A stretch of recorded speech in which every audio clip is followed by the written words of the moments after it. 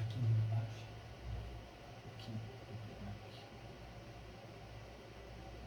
Som. 1, 2, som.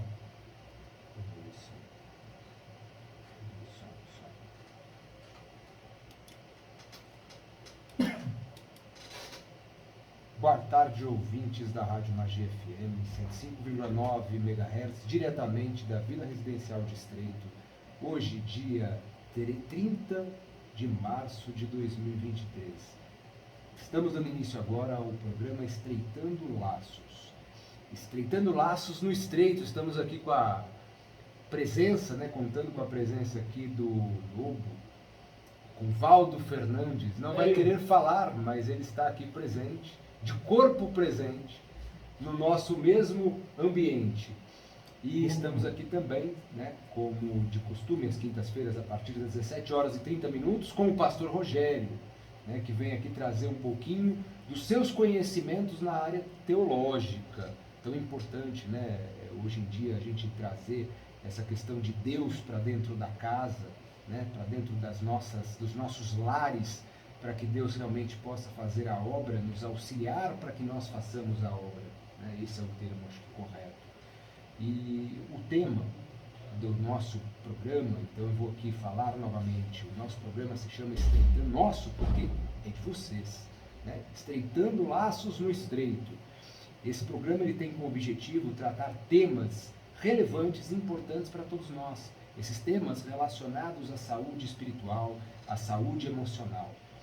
A saúde espiritual e a saúde emocional, elas andam lado a lado, elas são juntas, vamos dizer assim, praticamente, Porque se nós não estivermos bem espiritualmente, não estaremos bem emocionalmente. Se não estivermos bem emocionalmente, não estaremos bem espiritualmente. Então, eu digo assim, eu vou usar uma palavra difícil, mas vou explicar. É uma condição sine qua non, ou é, não tem como não ser. E gostaríamos então aqui de agradecer a audiência de todos vocês, tanto daqueles que nos ouvem através das ondas da rádio, como também aqueles que nos ouvem através do aplicativo Rádiosnet, como também aqueles que vão nos ver posteriormente no YouTube, nos canais aí virtuais, sejam eles quais forem, são tantos, São tantos esses canais. E vamos lá. Então já começando com o pé direito, eu gostaria de falar com vocês o seguinte. Hoje nós vamos falar um pouquinho a respeito do que a depressão representa na vida do ser humano. O que acontece? É muito complexo aquilo que a gente fala direto, Eu sempre falo isso para todos, que um dos maiores complicadores da depressão, das doenças da alma, é que não existem, ainda que existam hoje alguns exames específicos de imagem, mas são complexos e não estão acessíveis a todos nós, infelizmente. Então, é aquela coisa, muitas pessoas que não têm depressão, que nunca tiveram, elas muitas vezes dizem que isso é um meio de vida, que é uma desculpa. E não é bem assim. Somente quem sabe o que sente é que sente. Então, não adianta você querer dizer para a pessoa que está lá acometida, sofrendo com a depressão, porque a depressão causa dores físicas, não só as dores internas, que a gente chama de dores morais e afins, mas como dores físicas. A depressão é um mal que assola a humanidade há muito tempo, não é uma coisa nova, pastor? Exatamente. E o que nós enxergamos é que muitas vezes essa falta de conhecimento, essa falta de consciência nas pessoas agrava ainda mais a situação da pessoa que está depressiva. Mas o que eu gostaria de dizer para você, meu amigo, para você, minha amiga, para você que está nos ouvindo, nos assistindo, que tudo passa depois que a gente passa por tudo. Então, quando você está aí enfrentando esse tormento, seja uma depressão, seja uma ansiedade, seja uma síndrome do pânico, seja qualquer outro problema que você esteja enfrentando. Entenda que tudo passa. Tudo é passageiro, assim como nós somos passageiros dessa vida. Mas nós temos que nos apegar. Nesses momentos de dificuldade, nesses momentos de provações, né? São provações. Sim, de fato. Nós temos que nos apegar. Nos apegar aqui. Nós temos que nos apegar. Inicialmente, na minha opinião, ainda que eu seja um defensor ferrenho da ciência, mas eu acredito que nós tenhamos que nos pegar também a palavra de Deus. Em Deus, a Deus. Por quê? Porque, veja só, existem coisas que a mão do homem não alcança, né? A própria medicina tradicional, convencional, ela não alcança. Mas a mão de Deus, ela tem o poder de alcançar. Mas para que a mão de Deus alcance, você precisa estar disposto. E não só disposto no sentido de disposição, porque você pega uma pessoa depressiva e ela fala assim, nossa, a coisa que eu mais quero é melhorar, né, pastor? Exatamente. Só que você tem que estar também disposto a enfrentar as dificuldades e enfrentar aquilo de frente, porque somente você enfrentando de frente o seu problema que você vai conseguir seguir em frente. Então, por pior que esteja a tua condição, não adianta você ficar dentro de um quarto fechado, porque isso não vai resolver o seu caso. Não estou dizendo que você tem que sair, como dizem, você tem que enfrentar as coisas, isso aí é manha, isso daí é meio de vida. Não, não é isso. Mas você tem que dar passos lentos, porque a depressão, ela requer do indivíduo, é como se você tivesse, por exemplo, lesado um braço, uma perna e ficado muito tempo sem poder andar, por exemplo. Para você poder se reabilitar, você vai ter que fazer o quê? Fisioterapia. E, na verdade, a depressão, quando a pessoa entra, né, no processo depressivo, e aí que eu estou falando de casos graves, agudos, onde o indivíduo ele não consegue sair do quarto, ele não consegue sair da cama dele. Isso acontece, pastor. E o senhor sabe disso. Sim. Porque você lida com isso, você lida com seres humanos com problemas, e todos nós temos problemas. Só que você tem que dar o primeiro passo, que é o mais difícil. O primeiro passo é o mais difícil. O primeiro passo não é somente aceitar a doença. Não. O primeiro passo, além de aceitar a doença, também mas é você acreditar que é totalmente possível você sair do estado que você se encontra. E para que você saia desse estado, você vai ter que levantar. Levanta e anda. Porque senão, as coisas não vão mudar. Então, lógico que é um processo, mas não adianta você ficar esperando o milagre. Fé sem ação, sem obra é morta. E da mesma forma, né, se a sua oração sem ação, a própria palavra oração, ela tem ação nela, né? Exatamente. Então nós temos que agir.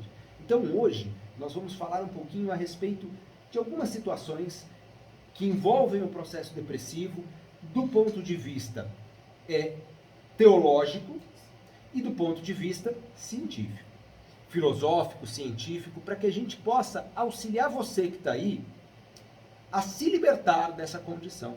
Porque a cura e a libertação, bem, a libertação, a cura é uma consequência da libertação, penso eu assim.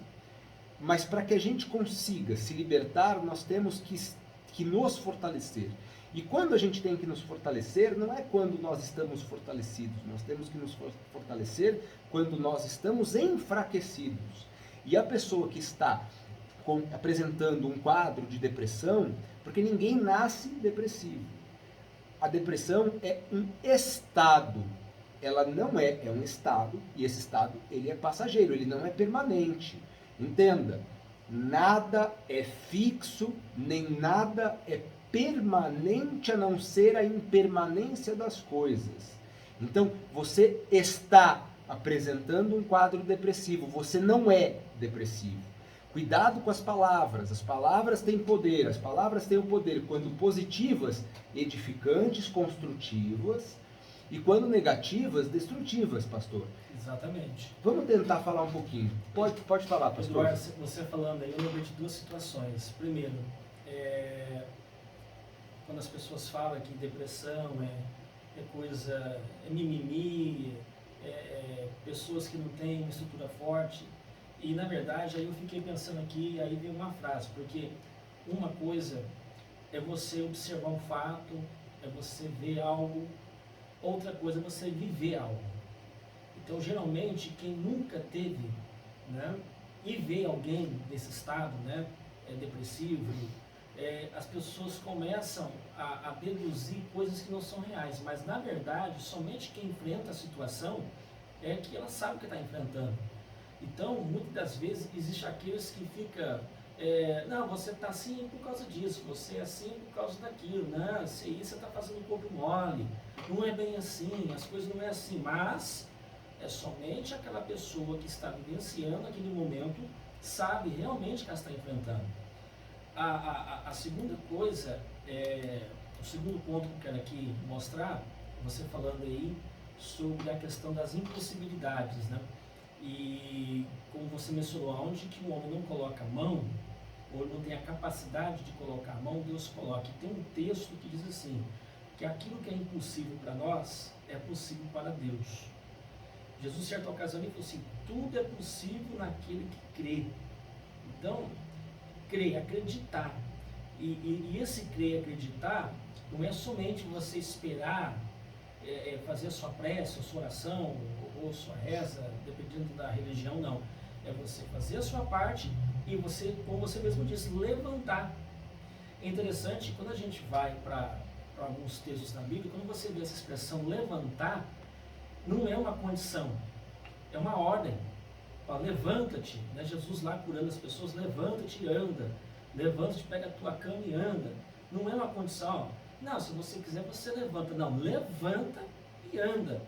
Claro que muitas dessas passagens Jesus estava curando fisicamente as pessoas, mas como a depressão também é uma doença que é da alma, e é um sentido não meramente físico em alguns casos, mas em alguns casos meramente emocional e espiritual. Então, o que Deus quer? Ele quer que a gente levanta, ou seja, tomar a disposição de levantar, sair dessa situação e ir atrás, né? Colocar, claro, sempre Deus à nossa frente e buscar melhoria, e não ficar ali, tadinho de mim, eu sou um fracassado, eu não sou nada, eu sou zero esquerda, né? E na verdade nós não somos isto. Todos nós temos um papel importante.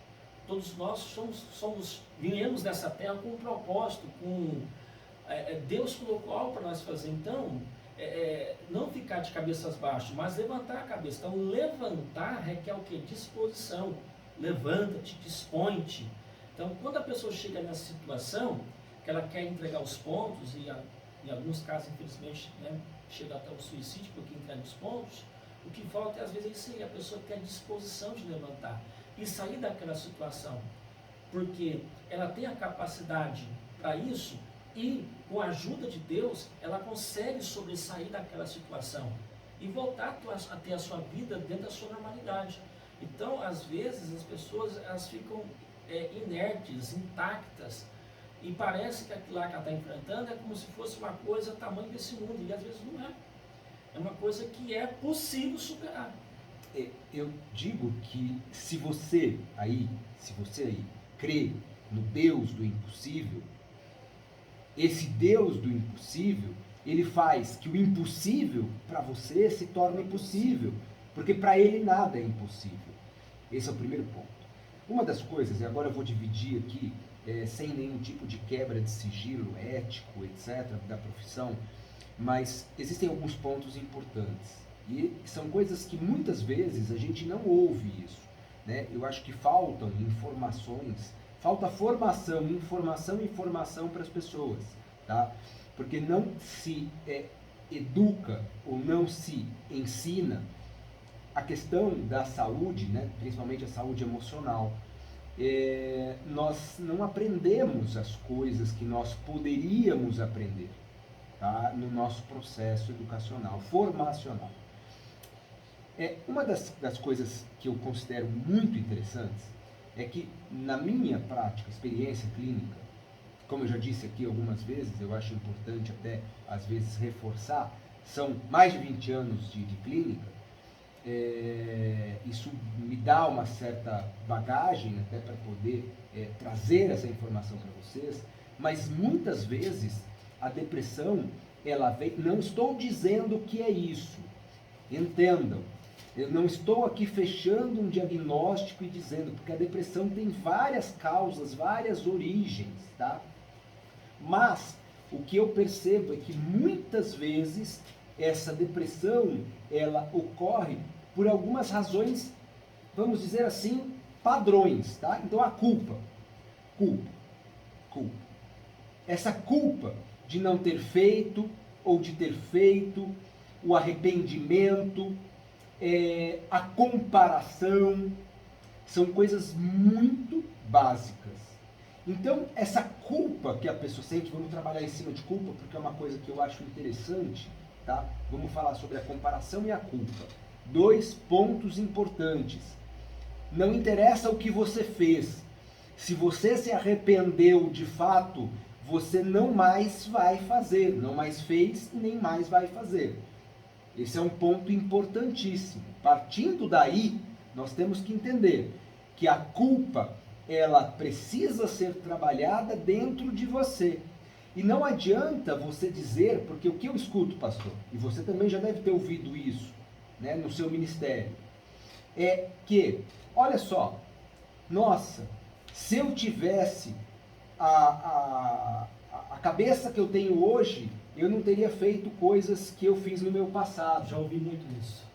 E você sabe que isso corrói a alma do ser humano? Porque aí ele fica se culpando e falando assim, puxa vida, eu não deveria ter feito, e fica aquela martelação mental, né, onde a pessoa se culpa por algo.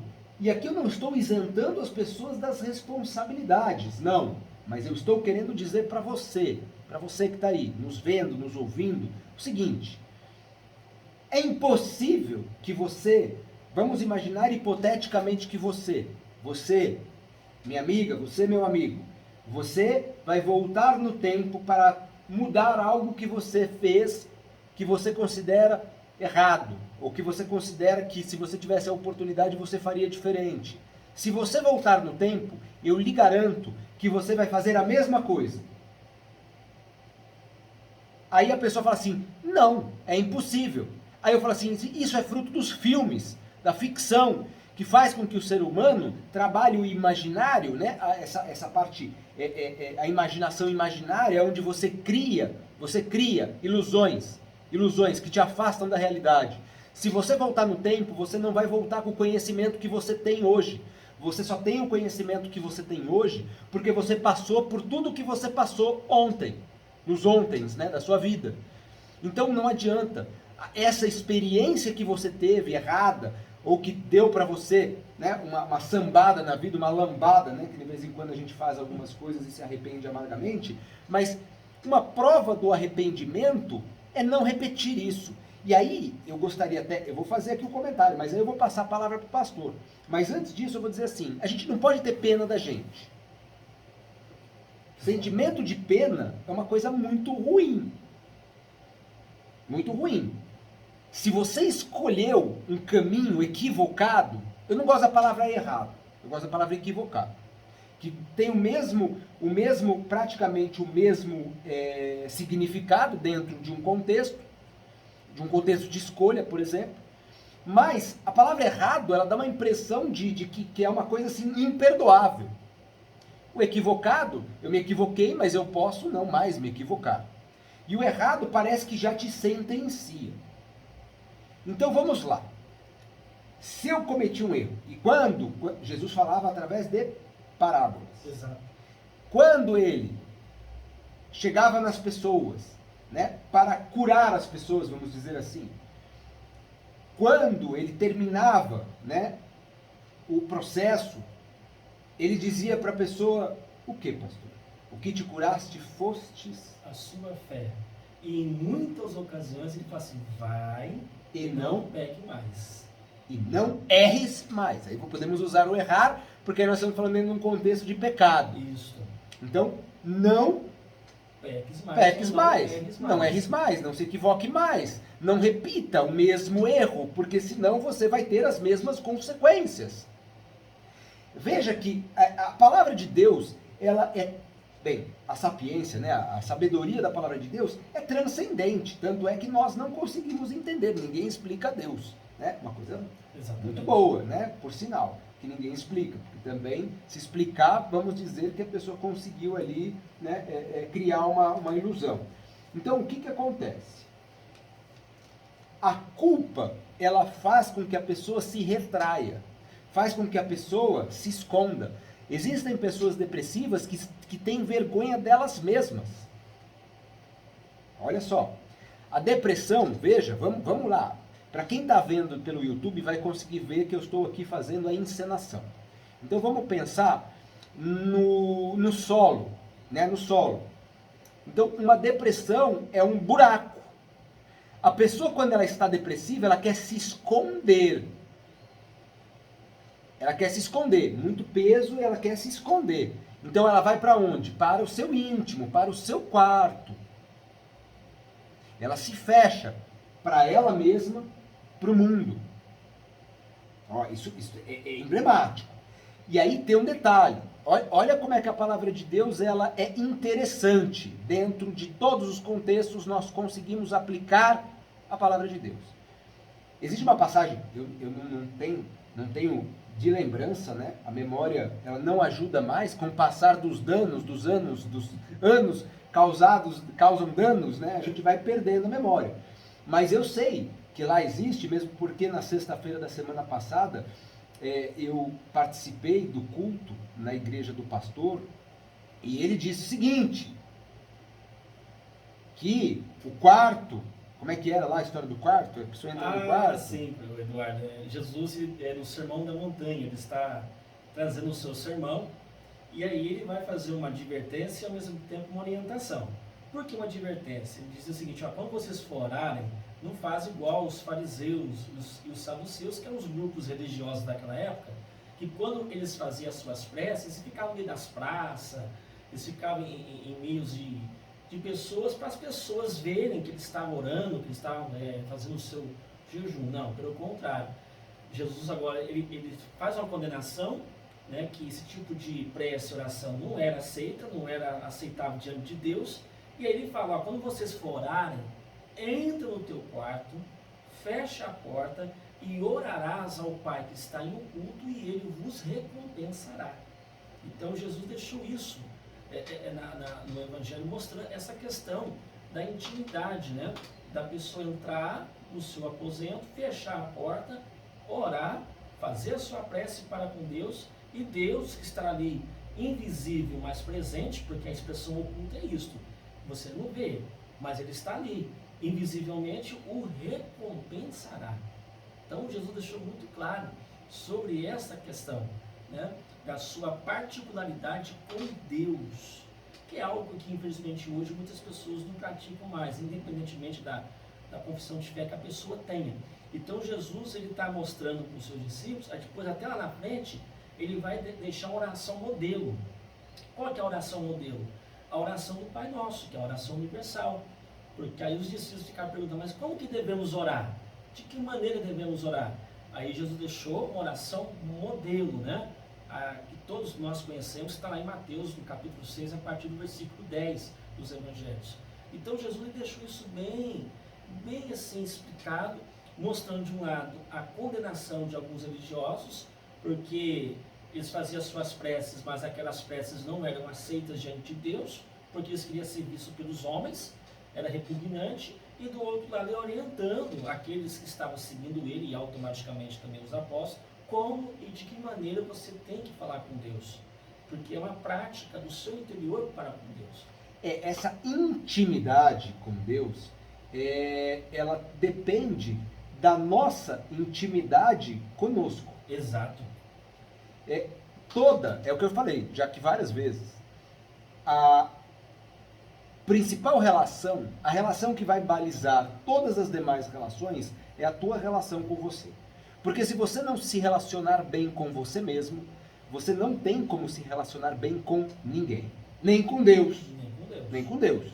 Então, essa relação, e a gente não aprende a se relacionar conosco. A gente male aprende, eu vou usar um termo aqui, mal e porcamente, a gente aprende a se relacionar com os outros. É bem mais ou menos, bem Isso. mais ou menos, tá? Português claro.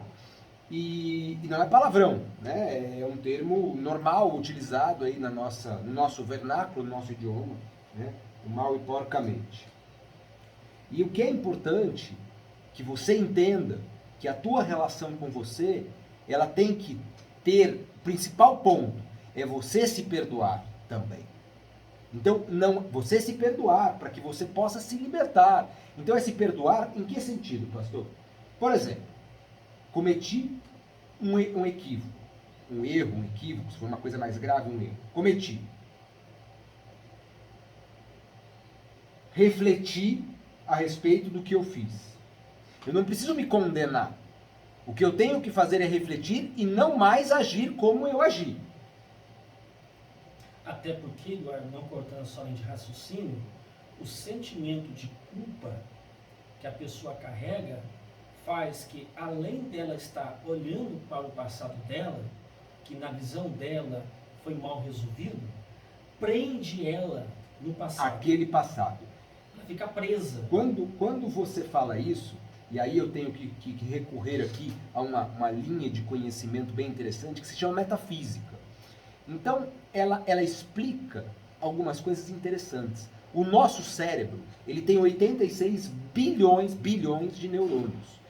E nós temos lá, né, algumas áreas do nosso cérebro responsáveis pelas nossas memórias. E quando nós nos culpamos por coisas que fizemos e nós não nos libertamos dessas coisas, a culpa faz com que nós repitamos o mesmo comportamento. Eu me lembro que há não muito tempo atrás, eu e o pastor estávamos conversando a respeito de uma situação específica, e ele disse assim, que a pessoa, ela chegou nele e disse assim, poxa, eu tenho vergonha do que eu faço, mas eu não consigo parar de fazer. Eu tenho consciência de que o que eu faço é errado. Isso. Mas eu não consigo parar de fazer porque eu estou errado. Então, por eu ser uma pessoa errante, eu não permito, eu mesmo não me perdoo, eu mesmo não me desculpo, eu mesmo não me liberto. Então, assim, no meu pensamento, e não só no meu pensamento, mas como no pensamento de muitas pessoas que passaram e deixaram e contribuíram, né, para conosco, para a sociedade, é assim, o perdão, ele é libertador. Isso. O perdão liberta tanto o perdoado quanto o perdoador. Quando o perdoador liberta a si mesmo, se ele está falando dele mesmo. Poxa, deixa eu me dar uma segunda chance. Deixa eu me dar uma segunda chance. A gente não dá segundas chances, terceiras chances, quartas chances para várias pessoas. Por que a gente não dá pra gente? Por que eu tenho que buscar? Porque veja só, pastor, que coisa interessante. As pessoas buscam nas fugas. A vida é difícil, a vida é dura. Tem um ditado que fala que a vida só é dura para quem é mole. Não, a vida é dura para todo e qualquer ser vivente. Todos os seres viventes, eles necessitam, né, lutar. Quando eu falo lutar, eu não estou dizendo agredir os outros, nem fisicamente, nem verbalmente. Sim. Mas são obrigados a enfrentar as intempéries, as dificuldades, as adversidades, os problemas da vida. Ponto final. Esse é um ponto pacífico. Ok. Só que muitas vezes, nós não conseguimos lidar com essas situações de maneira adequada. A nossa maneira de interpretar a vida, ela muitas vezes é errônea. Ai, olha, porque eu nunca vou acertar, e as palavras têm poder. Olha, eu nunca vou acertar, eu não nasci para isso, eu não dou conta disso, eu aquilo. As pessoas sempre dizendo coisas negativas. E quando uma pessoa diz uma palavra, traz assim, ela mesma se julga, porque eu digo que o ser humano se tornou um julgador de si mesmo, juiz da própria causa. Ele se julga, ele se condena e ele faz com que ele cumpra a pena que ele mesmo estabelece. Isso. Esse é um perigo grande, pastor. Vou te explicar por quê. Na minha opinião, e aqui trazendo um pouco do conhecimento científico. Se eu digo para mim mesmo que eu não sou capaz de alguma coisa, eu não vou ser capaz. Porque eu condicionei, quando eu disse a palavra tem poder, A força do pensamento e o poder das palavras é que movem o homem. Nós precisamos de Deus, sem dúvida. Bem, acho que não há dúvida, pelo menos para a maior parte dos nossos ouvintes, dos nossos telespectadores, não há dúvida. Mas se você tem alguma dúvida da existência de Deus, basta você olhar para a magnitude da natureza. A natureza fala com a gente muito mais do que nós com a natureza, porque a maneira com que a gente fala com a natureza é destruindo a natureza. E nós estamos destruindo a nossa própria natureza. Isso. Não só a natureza natural, porque nós também somos naturais, ainda que, né, artificializados em função de uma série de processos.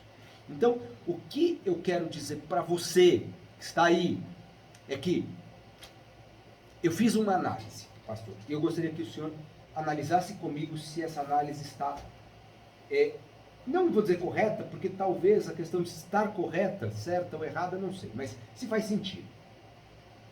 A depressão, ela aumenta a cada ano mais. A cada dia que passa mais. Depois que o homem, né, inventou a tecnologia, depois da Revolução Francesa, especificamente, da Revolução Industrial, onde as coisas se tornaram menos difíceis, em alguns aspectos, não em todos. Desde que o homem se conectou a esse mundo virtual, ele se desconectou da realidade. Lentamente ele vem se desconectando. Então, as pessoas criam seus mundos paralelos. Olha a depressão. Elas criam os mundos paralelos. Então, a vida dela vai mal, ela não consegue ali alcançar os seus objetivos, sejam eles quais forem, ela está sempre se comparando, porque a internet, as redes sociais, o objetivo delas é fazer com que você se compare com as outras pessoas. Que você se compare com as outras pessoas, para quê? Para que você se sinta inferior às outras pessoas. Não é para que você lute para que você alcance aquilo que as outras pessoas têm. Não, é diferente, beleza. Só que tem um problema. A rede social se tornou um refúgio e se tornou um reduto. Vamos lá. Antigamente, pastor, isso você vai confirmar. Vai dizer que sim, eu acredito. Antigamente, vou dizer agora para os pais, né? Para os pais. Antigamente, nós já fomos crianças, né? Já fomos adolescentes, aborrecentes também, e somos adultos, né? E hoje já estamos já passando dessa fase. Não, continuamos adultos, mas já estamos perecendo um pouco mais. Mas veja só que coisa interessante. Antigamente não tinha rede social, não tinha internet. Nada disso. Então os nossos pais, eles sabiam quais eram as tribos. As tribos, o que é tribo? Então, aquele grupinho ali, ó, esses daqui são os roqueiros. Estou dando agora exemplo de música só para ficar mais fácil a identificação. Ó, esse grupinho aqui é o grupinho do pessoal do samba. Esse aqui é o pessoal do rap. Bem, na minha época não tinha funk, tinha rap. Esse aqui é o grupinho do pessoal do pagode. Esse aqui é do sertanejo. Esse aqui é o grupinho que eu não vou falar aqui, que não é de música nenhuma. Vamos falar que é do reggae, vamos dizer assim, vai. Então, você sabia, os pais sabiam, quando você estava em determinado grupo, quem eram aquelas pessoas e quais eram os seus gostos, os seus comportamentos. Legal. Então, era muito mais fácil, mesmo porque você não conseguia se encontrar com todos os roqueiros, por exemplo, nem com todos os pagodeiros, etc. Você não conseguia. Na rede social, você criou uma rede que segmenta. O que acontece? Onde você proporciona que pessoas que têm os mesmos interesses se encontrem. Uma pessoa que passa 12 horas, 16 horas, 20 horas do dia numa rede social, é uma pessoa que não vive a própria realidade, a própria vida. E tem muitas pessoas que encontram na rede social um motivo para viver. Elas dizem isso. Na verdade, elas estão desperdiçando a vida. Porque na rede social todo mundo é feliz, todo mundo é contente, todo mundo está bem, está tudo certo, está tudo maravilhoso. E, na verdade, é uma fuga, é uma válvula de escape. Exatamente. Então, as redes sociais, eu tenho rede social, Mas você tem que saber usar, porque o problema não é a rede social. O problema é que nem no carro. O problema não é o veículo. O veículo não é perigoso, teoricamente. Ele é, mas teoricamente não. O problema está numa peça que está atrás do volante do carro. Essa peça é a peça que vai transformar o veículo numa arma, que é você, o motorista. Então, na rede social, o problema da rede social é você. É você. Como você vai utilizá-la? Você vai utilizá-la para o seu bem? Você vai utilizar para quê? Qual é a finalidade, o objetivo? Então, as pessoas, elas não estão mais vivendo a vida real. A vida real. Eu conheço muitos casos, pastor Eduardo, pessoas que estavam com depressão, né, que nós acompanhamos, e você for de rede social, pessoas que na rede social colocavam fotos sorridentes, sempre sorrindo, sempre alegre, até, assim, em alguns casos, colocando até textos da Bíblia, sabe? Aquela famosa selfie, né? Aquele sorriso, aquela alegria, claro, de fachada, e certos textos, por exemplo, Senhor meu pastor, nada me faltará, se Deus é por nós, quem será contra nós? Aí quem não conhece a pessoa, porque até semana eu falei que a rede social é um campo aberto, né? É um campo que não tem lei, não tem regras. E aí quem não conhece, poxa, essa pessoa está alegre, está feliz, sempre tem foto, tá bem, tá feliz, mas a gente conhecia esse tipo de gente, que às vezes até nós lideramos, a pessoa chegava na igreja ou até na casa dela, a pessoa demonstrava o oposto naquela realidade, totalmente oposto. Pessoas com pensamento de suicídio, pessoas com pensamento de largar tudo e ir embora, largar marido, largar esposa, largar casa. E na rede social, ela demonstra um outro tipo de pessoa que na verdade não existe. Então foi o que você mesmo disse, a rede social levou a pessoa a tirar do mundo real a viver no mundo irreal. Isso. E aí entra a questão da comparação que você mesmo disse. Isso. Ela cria um personagem. Um personagem. E ela incorpora aquele personagem dentro da rede social. E ela fantasia na cabeça dela, muitas, não estou dizendo todas, tá? Mas muitas pessoas fantasiam aquilo. E muitas pessoas estão se desgraçando e desgraçando a vida das famílias delas e de outras famílias, porque elas estão realmente buscando na rede social ser aquilo que elas não são. E aí, o que acontece? Porque nós estamos falando aqui de essência, né? A gente fala muito de essência. Uhum. Então, assim, as pessoas já não sabem mais a sua própria identidade, as pessoas estão se deformando, elas estão criando personagens, elas estão lutando para se transformarem naquilo que elas não são, elas estão indo contra a natureza. E quando elas estão indo contra a sua própria natureza, elas estão indo contra Deus, contra a criação, contra o Criador. Ponto. Isso me deixa rebelado porque quantas pessoas, nesse exato momento, quantas pessoas poderiam estar vivendo uma vida melhor e não no modo de sobrevivência, se elas assumissem as rédeas das vidas delas, se elas tomassem decisões. Se você vive aí numa relação tóxica, numa relação abusiva, numa relação virulenta, você tem que se fortalecer dentro desse processo e tomar decisões. E aqui eu estou falando para adultos, né? Porque às vezes, dentro dos adolescentes, às vezes tem os problemas familiares, etc. Tem que tomar muito cuidado, porque o adolescente, ele é um ser dependente. Ele depende dos pais. Então ele tem que respeitar, porque o respeito é a base. Eu me lembro, pastor, no ano passado, nós tivemos aqui na escola uma palestra muito interessante, falando a respeito de relacionamentos tóxicos, etc. Mas nós temos que levar em consideração o seguinte: às vezes a gente tem ali na nossa família, né, os nossos pais às vezes podem ali apresentar um comportamento que talvez não fosse o adequado, né, mas o que nós temos que ter é respeito. Se você não concorda com a posição, né, dos seus pais, por exemplo, você deve a eles respeito. E aí você tem que lutar pela tua independência. E o dia que você não for mais dependente, você for independente, aí tudo bem. Agora, enquanto você conviver debaixo do mesmo teto, você vai ter que seguir as regras dentro da casa. Isso é importante, tá? Porque a indisciplina A indisciplina é um problema seríssimo. As pessoas, elas perderam a noção? Não perderam a noção. As pessoas estão se tornando desrespeitosas. Sim. Não perdeu a noção. Não vem da desculpa. É a idade. É a falta de maturidade.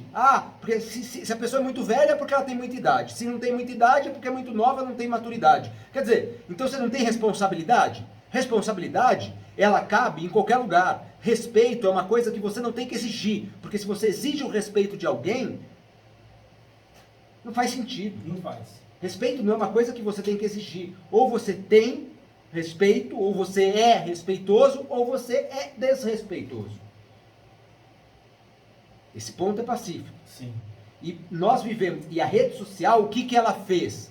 Ela fez uma outra porcaria. Grave. Ela deu para as pessoas o falso poder.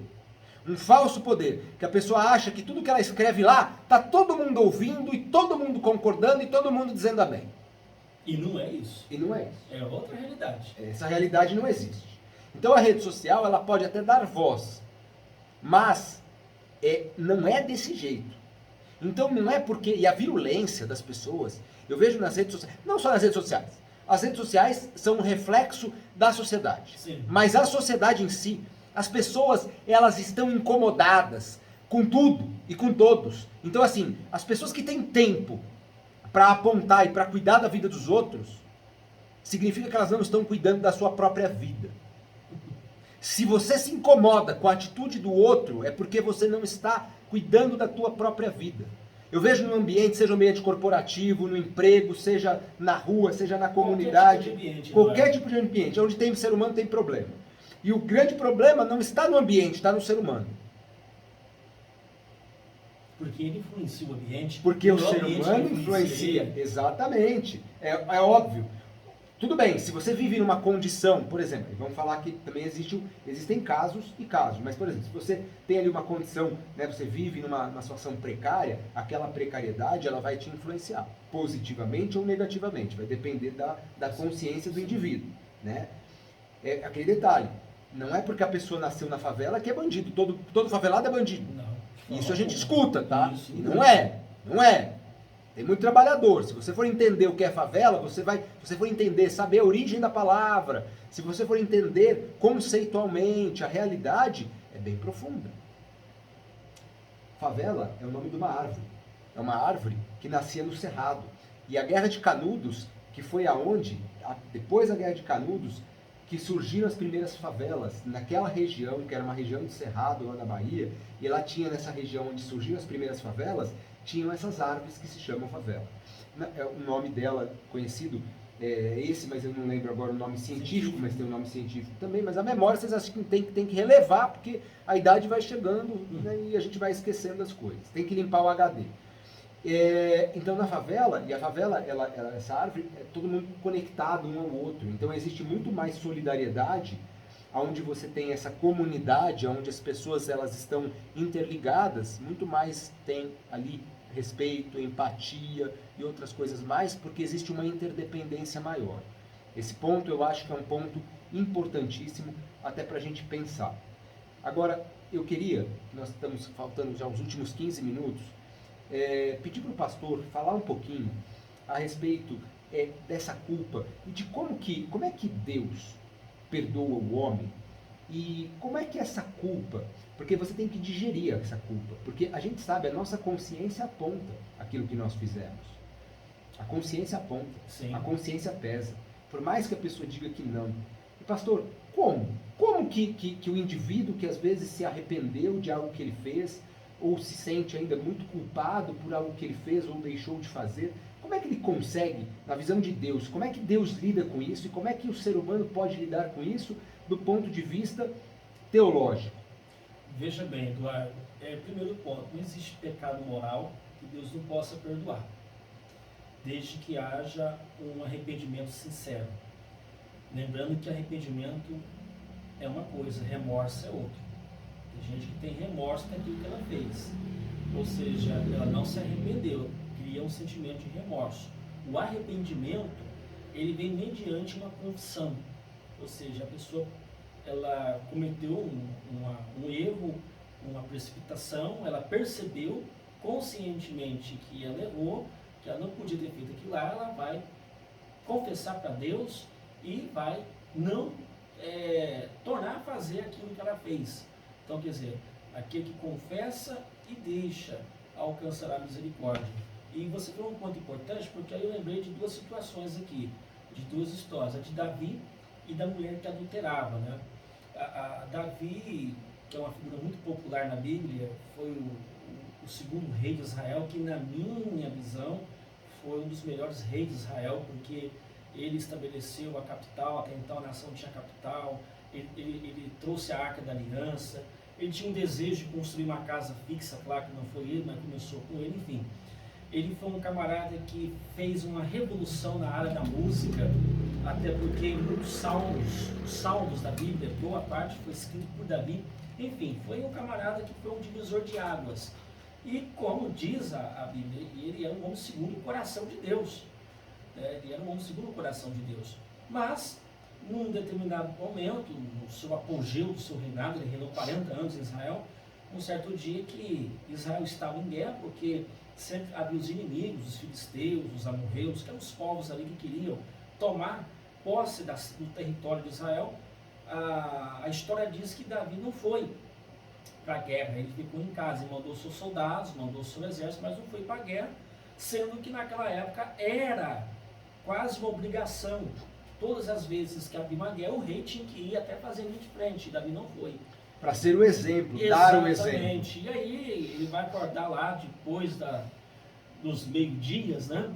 A hora nona da tarde, e foi passear no seu palácio. E esses passeios aonde que muita gente se perde.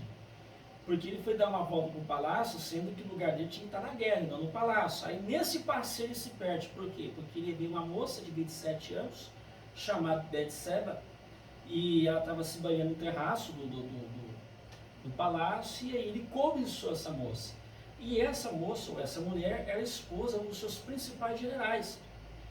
Ele cobiça com ela, ele tem um desejo ardente por ela, ele toma ela para si, coabita com ela. E nessa relação nasceu uma criança. E aí, o que ele fez? Ele foi... Porque todo pecado, biblicamente, ele é premeditado. Então, Davi ele já raciocinou rapidinho. Ele manda um mensageiro até o marido dela que estava na guerra.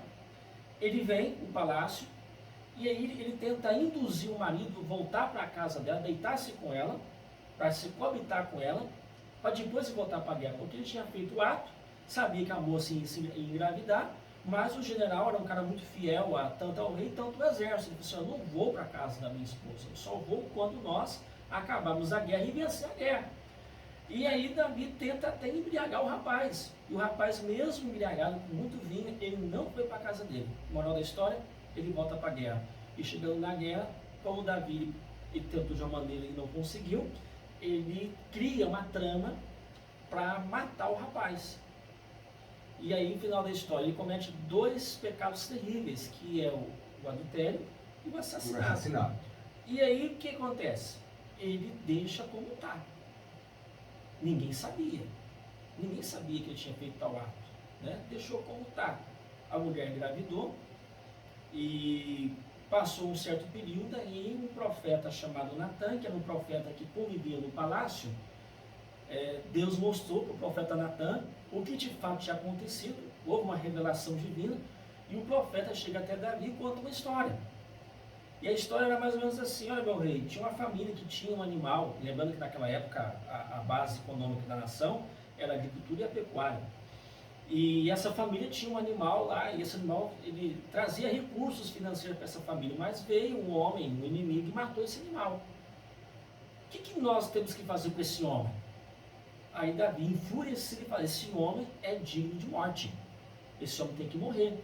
Aí o profeta fala: então, esse homem na história é você. E ali o profeta revela que ele tinha coabitado com a moça e que tinha matado o marido dela, que era um dos seus principais generais, né, como fosse um dos seus braços direitos. E ali Davi, como se diz uma dádiva popular antiga, a ficha caiu. Quando você lê o Salmo 51, O Salmo 51 da Bíblia é o Salmo de confissão. Davi ele confessa ali publicamente o seu pecado, ao ponto de dizer o seguinte: Senhor, pode tirar tudo, pode tirar minha riqueza, pode tirar até minha coroa de rei, mas não tire de mim a tua presença. E ali ele confessa o teu pecado. Claro que, por mais que Deus perdoou os pecados dele, houve consequências, né? Os próprios filhos se revoltaram contra ele. Uma série de coisas aconteceu ali, né? Porque entra a lei universal, a lei da semeadura. Então Davi ele só tomou consciência daquilo que ele fez quando alguém foi até ele, que no caso foi o profeta. Mas conscientemente ele sabia que ele tinha errado. Aí você pode perguntar, mas peraí, e quem está me ouvindo, mas não é homem segundo o coração de Deus? Sim, mas é um homem que era sujeito a erros. E Davi aqui ele mostra um exemplo, porque eu até costumo dizer que tem exemplos nas escrituras que são exemplos que você olha e você fala assim, poxa, é um exemplo positivo, é algo que eu posso pegar para mim, para poder fazer semelhante. E tem exemplos que você olha, poxa, isso aqui eu não posso fazer, porque traz consequências negativas. Então essa parte dessa fase da história de Davi é um exemplo que a gente não pode fazer, por mais que todos nós estamos sujeitos, mas não podemos fazer. Então, por mais que ele cometeu 2 pecados gravíssimos, Deus o perdoou. Deus perdoou Davi. Não foi igual Saul, porque Saul Deus rejeitou, que é uma outra história que eu não vou contar, porque senão vai tomar muito tempo aqui da nossa programação. Davi não, Deus perdoou, mas teve consequências. E a outra história, contrapartida disso, é aquela famosa história da mulher adúltera. Ela foi pegada em ato de adultério, e os religiosos trouxeram ela até Jesus. A Bíblia vai relatar que Jesus estava sentado, escrevendo no chão, não sabemos o que ele estava escrevendo ali, e trouxeram até ele e falaram assim, olha, essa mulher foi pega em adultério, e segundo a lei de Moisés, se você pegasse alguém em ato de adultério, em relação extraconjugal, tinha que ser apedrejado até a morte. Então a mulher já veio, já com sentimento de culpa, poxa, eu errei e eu vou ser morta. Ela já veio, além do sentimento, ela já veio com a sentença, sentenciada. Ela sabia que, não, eu vou morrer, porque se pegar, vão me apedrejar até a morte, porque era lei, era estabelecida pela antiga aliança. E quando trouxeram até Jesus, eles perguntaram para Jesus, olha, pegamos essa mulher em ato de adultério. A lei manda matar. E o Senhor? O que o Senhor diz? Aí a gente vê ali a questão da lei e da graça. Porque os acusadores representavam a lei, Jesus representava a graça. E aí Jesus levantou a cabeça, olhou para aquela multidão, olhou para a mulher, e aí aquela multidão, né, já com as pedras nas mãos para apedrejar, pensando que Jesus ia liberar uma palavra, não, pode matar, porque está na lei, então vocês estão fazendo o que é certo. Ele solta uma frase que deixou todos paralisados. Ele falou o seguinte, aquele que não cometeu pecado, aquele que nunca errou na vida, atire a primeira pedra. O que diz o texto da história? Um por um foi soltando as pedras e foi embora, ao ponto de ficar somente a mulher e Jesus. Jesus olhou para ela e perguntou, onde estão os seus acusadores? Ela falou assim, todos foram embora. Aí Jesus liberou uma palavra que quando ele liberou essa palavra, Eduardo, espiritualmente aquele sentimento de culpa saiu dela. Qual que foi? Vai, a tua fé te salvou? A tua fé te salvaste, não peques mais. Quer dizer, Jesus não estava fazendo apologia ao pecado, porque ele falou, não peques mais. Mas, como ele sabia que todos nós estamos sujeitos a errar, então ele falou assim, a tua fé te salvou. Porque eu entendo que Jesus, ele olhou o coração daquela mulher, e ele viu que lá no interior dela, ela já tinha arrependido de tal ato. Por mais que ela fique pega lá, ela já tinha um arrependimento. Não vou fazer isso mais. Então ele conheceu o coração daquela mulher, como ele conhece os nossos corações, ele liberou essa palavra. Ó, se eles não te acusam, nem eu te acuso. Pastor, olha só que coisa interessante. Eu tenho que fazer essa intervenção para trazer a ciência, né? A ciência, o conhecimento, voltado assim, não para a parte teológica, sim, mas para aquilo que, vamos falar assim, para a ciência do homem. Olha que coisa. A palavra tem um poder quando positivo é construtivo e quando negativo é destrutivo. Ponto. Quando Jesus conhece a intenção do coração das pessoas. Um dos grandes problemas da humanidade, um dos grandes problemas que eu vejo no consultório, é que as pessoas não querem assumir o que elas fizeram. Então quem não assume aquilo que fez, não tem como corrigir os erros. Então essa falta de hombridade, que a hombridade ela serve tanto para o homem quanto para a mulher. Honra, né? Essa falta de honra faz com que você não honre, né, aquilo que você fez. Então você não assume.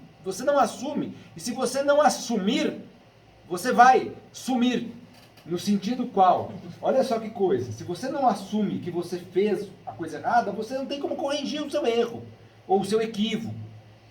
Se você não assumir, e o assumir é assim, puxa vida, sabe que uma vez, vou contar uma passagem muito interessante, bem rápido, porque a gente está já no final do nosso programa, mas tem a ver com o que eu acabei de dizer, e que o pastor também acabou de dizer. Eu me lembro de uma pessoa que falou assim, olha, mas eu só errei 3 vezes. Aí eu falei assim, 3 vezes? Não, foram 4. Mas os erros foram sucessivos, igualzinho? Então existia um modus operandi? Sim. Eu falei, então, o primeiro foi erro. O segundo, o terceiro e o quarto foi escolha. Olha só. Porque se você errou uma vez, e você sabe que você errou, Sim. você tem A consciência. a consciência. E você pode corrigir não repetindo. Isso. Agora, se você repete o ato contínuo, a continuidade disso, você está dizendo o quê? Eu escolhi isso. E aí, dentro de você, a sua consciência vai te culpar. Porque a tua consciência, ela te aponta. Você querendo ou não querendo. É um termômetro. É um termômetro. E o que faz com que as pessoas procurem nos vícios afogar as mágoas? Quando fala que procura no vício afogar as mágoas, na verdade elas não estão afogando só as mágoas. Também. Mas elas estão querendo fugir da consciência. Porque quando você está sob o efeito de qualquer substância psicotrópica, não psicotrópica, ativa, né? Ou seja, qualquer substância que tire você do seu juízo, você está longe do apontamento da tua consciência. É verdade.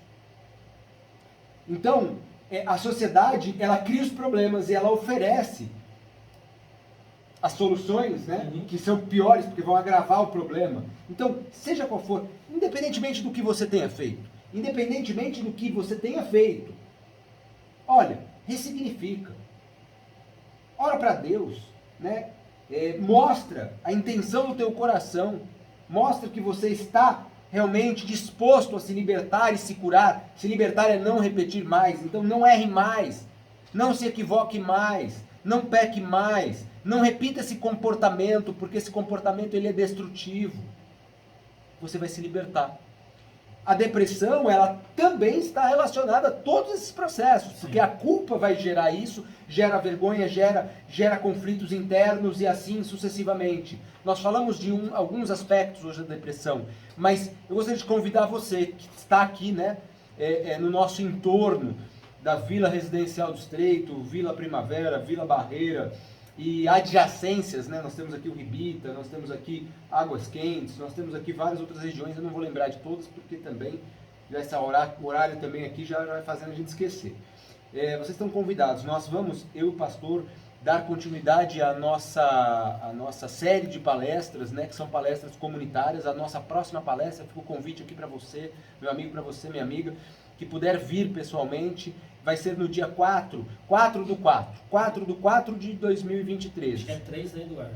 3 é segunda. 3 é segunda, é verdade, é 4. 4. Terça-feira. Eu estou confundindo. Terça-feira, Exatamente. Terça-feira, 4 do 4, às 19h30, para assistir a nossa palestra, Você na Essência, saúde espiritual, saúde mental, saúde física e saúde social. O tema dessa palestra de terça-feira vai ser depressão. E nós vamos destrinchar isso de uma maneira que as pessoas consigam entender. E elas consigam não só entender o processo depressivo como um processo autodestrutivo. Isso é importante. Como também vão entender e vão receber ali orientações de como que elas podem, através da fé delas, independentemente do credo religioso delas, Porque a teologia, ela é um estudo da religião, né? Isto. Então nós estamos falando da religião especificamente, estamos falando da religião cristã, né? Estamos falando da palavra de Deus, estamos falando disso. Mas a teologia também estuda as outras, né, religiões. Mas vamos focar nisso. Para que você consiga se fortalecer, para que você consiga realmente vencer todas essas barreiras, todos esses muros, né, que foram criados até mesmo por você mesmo, tá? Não somente pelos outros.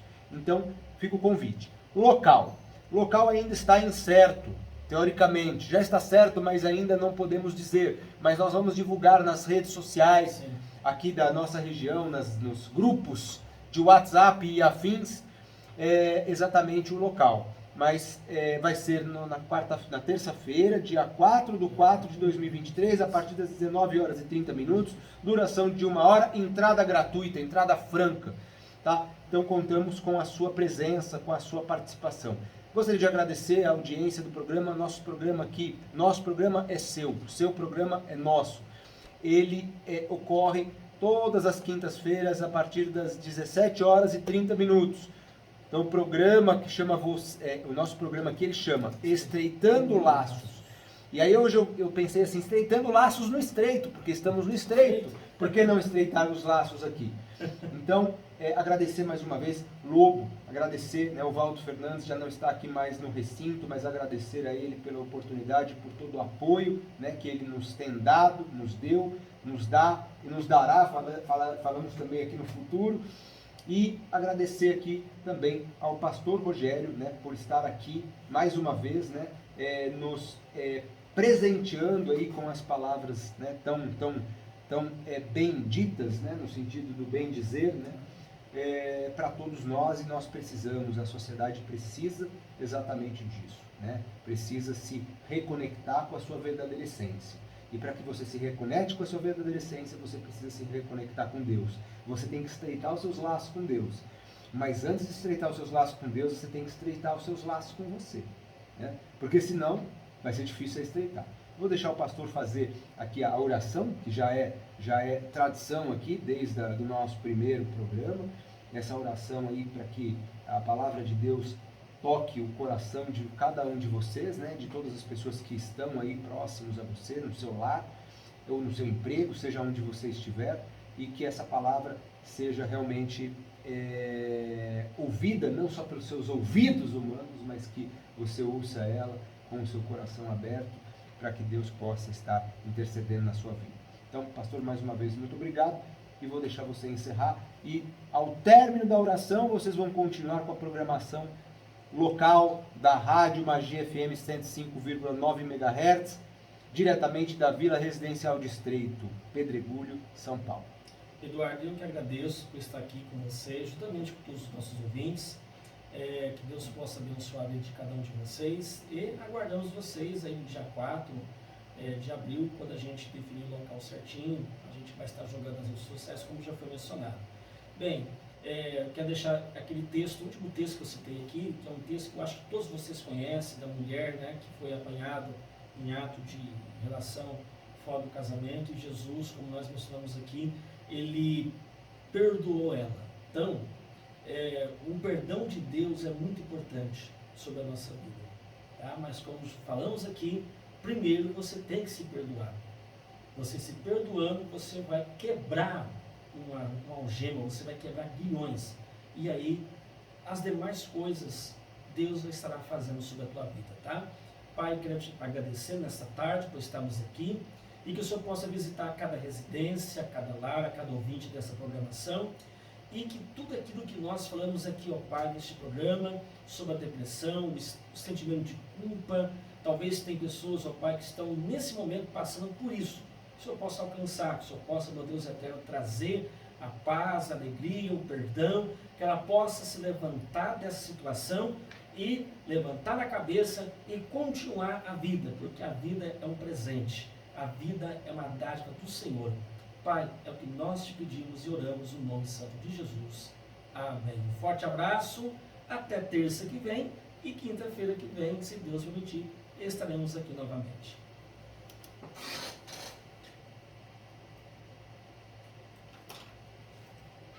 aí.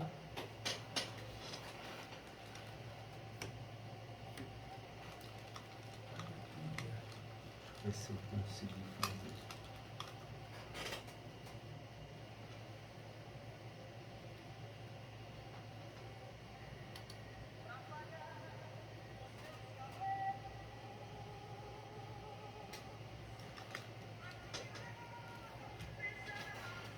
Bom? Ótimo, Foi bom. muito bom.